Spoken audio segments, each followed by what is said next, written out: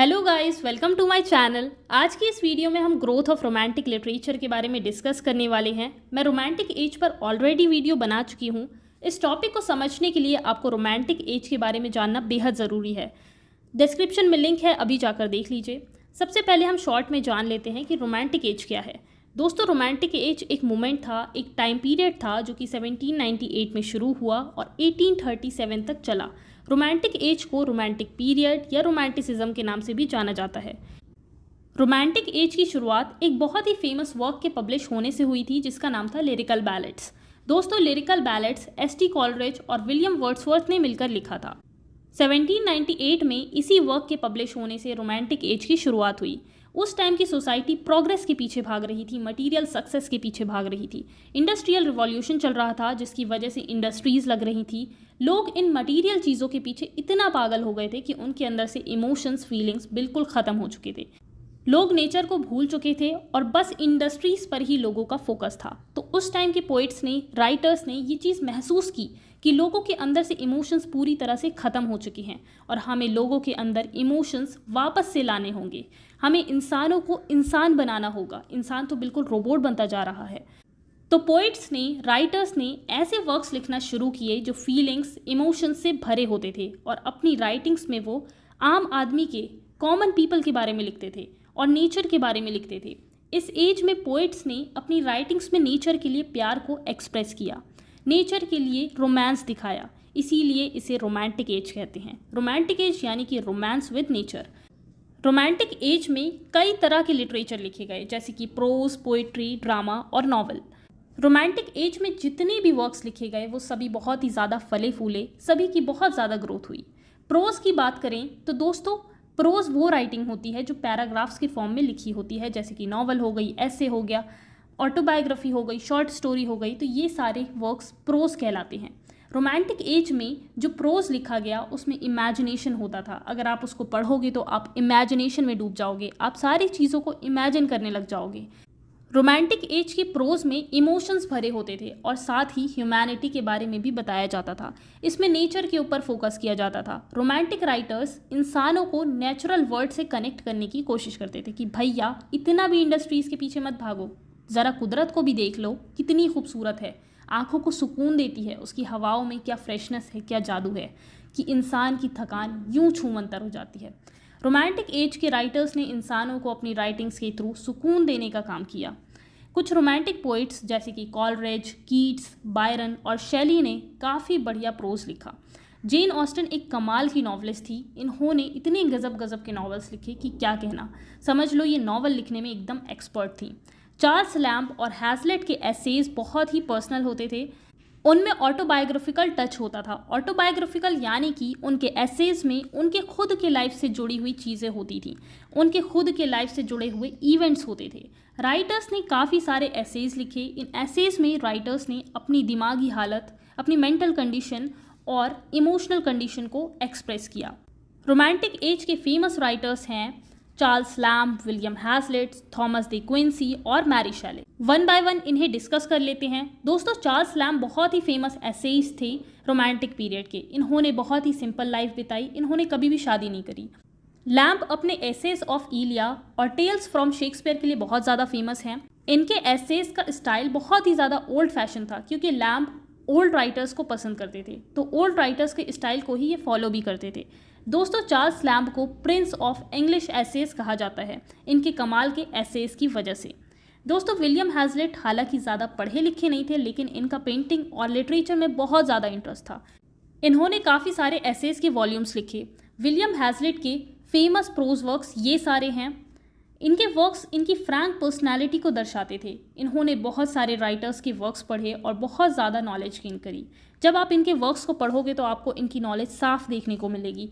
इनका एक बहुत ही ब्यूटीफुल सा वर्क है ऑन गोइंग अ जर्नी, जो कि ट्रैवल के ऊपर बेस्ड है, जिसे मैंने डिस्कस किया है।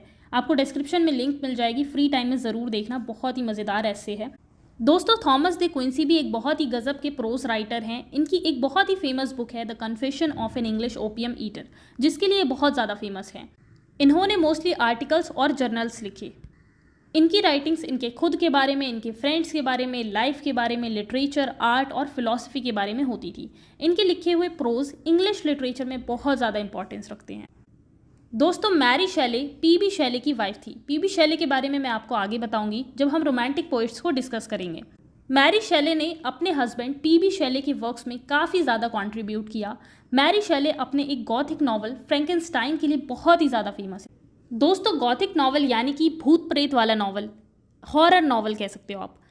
ये नॉवल इन्होंने तब पब्लिश करवाया था जब ये सिर्फ और सिर्फ 21 साल की थी। गाइस, ये सारे जितने भी प्रोज वर्क्स बताए मैंने आपको, ये सभी बहुत ही ज़्यादा फेमस हुए और बहुत ही ज़्यादा इन सभी की ग्रोथ हुई और इनफैक्ट ये कई सिलेबस में भी पढ़ाए जा रहे हैं। अब बात करते हैं पोइट्री की। रोमांटिक एज में काफ़ी सारी पोइट्री लिखी गई। इनफैक्ट रोमांटिक एज में जो सबसे ज़्यादा फेमस हुई वो पोइट्री ही थी। रोमांटिक पोइट्स इमेजिनेशन पर, फीलिंग्स पर, नेचर पर, आम आदमी की ज़िंदगी पर फोकस करके अपने वर्क्स लिखते थे।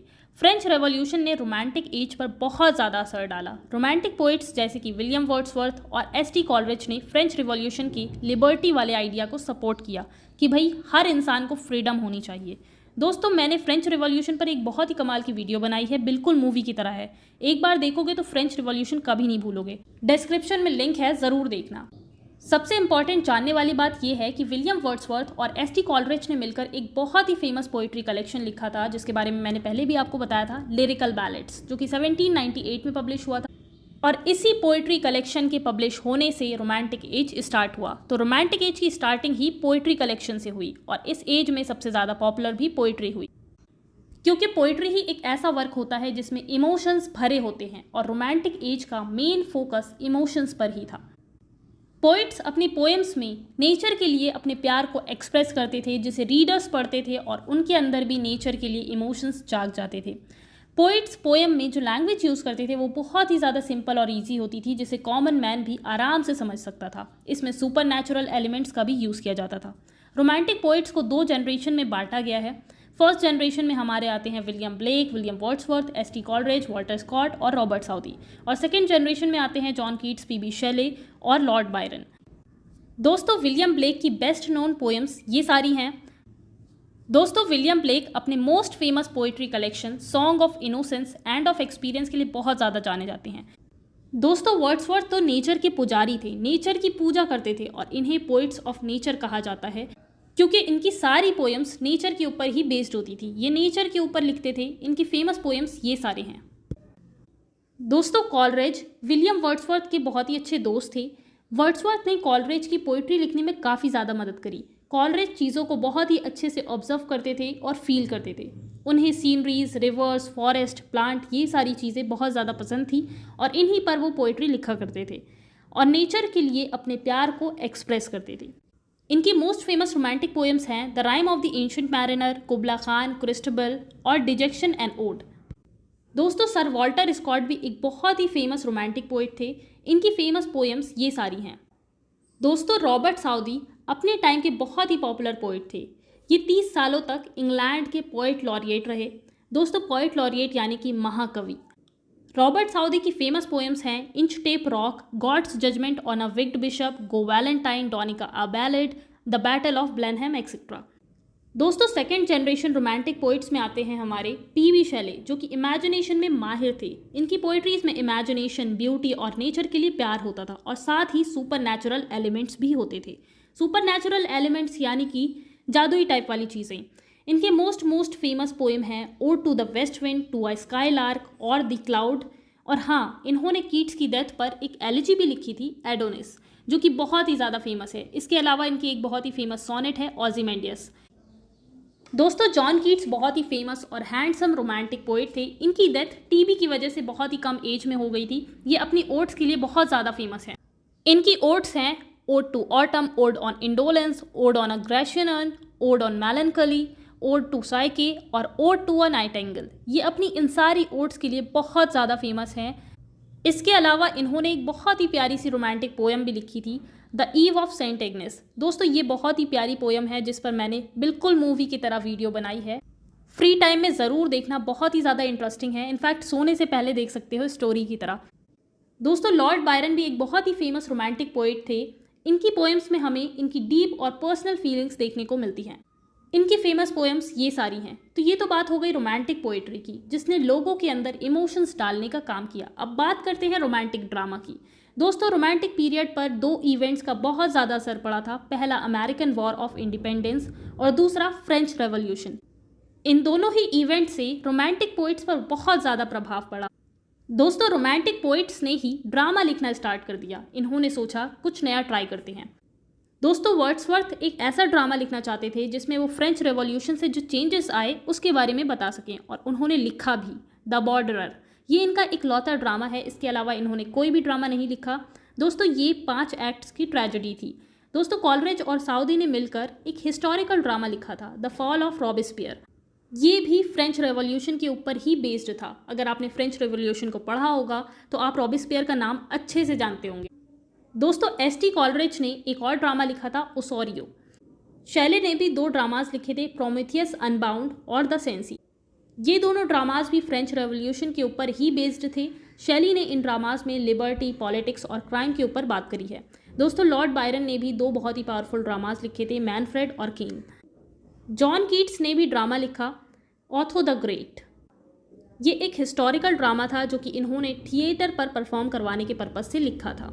दोस्तों, मैं आपको बता दूं कि उस टाइम थिएटर्स को गवर्नमेंट कंट्रोल करती थी और इस चीज़ का पूरा ध्यान रखती थी कि भैया थिएटर में कुछ पॉलिटिकल कंटेंट तो नहीं दिखाया जा रहा जिससे हमारा नुकसान हो। अब जब ये रोमांटिक पोएट्स अपने ड्रामास को थिएटर में लेकर जाते थे परफॉर्म करवाने के लिए, तो इनके ड्रामास रिजेक्ट कर दिए जाते थे। क्यों? क्योंकि इनके ड्रामास में पॉलिटिक्स से रिलेटेड, सोसाइटी से रिलेटेड बातें होती थी। ऐसे में इन रोमांटिक पोइट्स ने क्या किया, इन्होंने क्लॉजेट ड्रामा को अपनाया।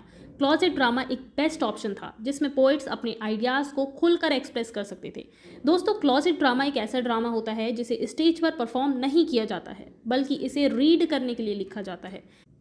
रीडर्स क्लॉजेट ड्रामा को रीड करते हैं। कभी कभी सिंगल रीडर ही इसे अकेले पढ़ लेता है और कभी कभी इसे ग्रुप में लाउडली रीड किया जाता है। तो रोमांटिक एज में क्लॉजेट ड्रामा काफ़ी पॉपुलर हुआ। अब बात करते हैं रोमांटिक नॉवेल्स की। रोमांटिक एज में कई सारे फेमस नॉवलिस्ट थे, जैसे कि Jane Austen, Maria Edgeworth, Walter Scott, William Harrison Ainsworth और जॉर्ज पी.आर. जेम्स। दोस्तों, जेन ऑस्टन एक बहुत ही फेमस नॉवलिस्ट हैं रोमांटिक एज की। इन्होंने 27 की एज तक ही 6 बहुत ही फेमस नॉवेल्स लिख डाले। Sense and Sensibility, Pride and Prejudice, Mansfield Park, Northanger Abbey, Emma और परसुएशन। ये बारीकियों पर बहुत ज़्यादा ध्यान देती थी। इनके अंदर परफेक्शन था नॉवल लिखने का। ये अपनी इन 6 नॉवेल्स के लिए बहुत ज़्यादा जानी जाती हैं। इन 6 नॉवेल्स में से आपने डेफिनेटली कोई ना कोई नॉवल तो पढ़ा ही होगा। आपने कौन सा नॉवल पढ़ा है अभी कमेंट में बताओ। प्राइड एंड प्रेजुडिस मुझे पर्सनली बहुत ज़्यादा पसंद है। इस नॉवल को मैं कवर कर चुकी हूँ, डिस्क्रिप्शन में लिंक है, ज़रूर देखना। दोस्तों, जेन ऑस्टन के भतीजे जेम्स एडवर्ड ऑस्टन ली ने जेन ऑस्टन की बायोग्राफी भी लिखी थी, a memoir of Jane Austen. Maria Edgeworth का पहला इंपॉर्टेंट नॉवल कैसल रैकरेंट था। इन्होंने और भी नॉवेल्स लिखे जैसे कि बेलेंडा, लियोनोरा, द एब्सेंटी। ये सिंप्लिसिटी पर फोकस करती थी। सर वॉल्टर स्कॉट भी एक बहुत बड़ा नाम है रोमांटिक नॉवलिस्ट में। इन्हें फादर ऑफ हिस्टोरिकल नॉवल कहा जाता है। इन्होंने कई सारे नॉवेल्स लिखे और नॉवल को डेवलप किया। इनके वर्क्स में बहुत ज़्यादा फ्रेशनेस होती थी और ये नॉवल में कैरेक्टर और इंसिडेंट्स को बहुत ही परफेक्टली हैंडल करते थे। इनके फेमस नॉवेल्स ये सारे हैं। इन्हें हिस्टोरिकल नॉवल के तौर पर याद किया जाता है। विलियम हैरिसन एन्सवर्थ ने लगभग 40 हिस्टोरिकल नॉवल लिखे। इनके फेमस वर्क्स, इनके फेमस नॉवेल्स ये सारे हैं। और दोस्तों, जॉर्ज पी.आर. जेम्स की बेस्ट नॉवल है रिशिल्यू, अ टेल ऑफ फ्रांस। इनके अदर नोटेबल वर्क्स हैं द जिप्सी और लॉर्ड मॉन्टेक्स पेज। जितने भी वर्क्स हमने पूरी वीडियो में डिस्कस करे हैं, ये सभी वर्क बहुत ही ज़्यादा ग्रो हुए क्योंकि वो कॉमन मैन के ऊपर लिखे गए थे, फ्रेंच रेवोल्यूशन से इंस्पायर होकर लिखे गए थे। इन वर्क्स में लिबर्टी की बात करी गई, आज़ादी की बात करी गई, आम आदमी के अधिकारों की बात करी गई, नेचर पर फोकस किया गया, नेचर के लिए प्यार जगाया गया, इमोशनल फीलिंग्स की बात करी गई। इन शॉर्ट, इन वर्क्स में ह्यूमन को वापस ह्यूमन बनाया गया, जो ह्यूमन इंडस्ट्रियल रिवॉल्यूशन की वजह से रोबोट की तरह बिहेव कर रहा था। हमने अच्छे से इस टॉपिक को समझ लिया है। मार्क्स भी डेफिनेटली अच्छे ही आएंगे अगर आप एग्जाम में अच्छे से आंसर को प्रेजेंट करते हो तभी। अच्छे से आंसर को कैसे प्रेजेंट करना है उस पर भी मैंने वीडियो बना रखी है। लेफ्ट वाली वीडियो पर क्लिक करके अभी देखो। लाइक, शेयर, कमेंट और सब्सक्राइब करना आपका काम है। And thanks for watching.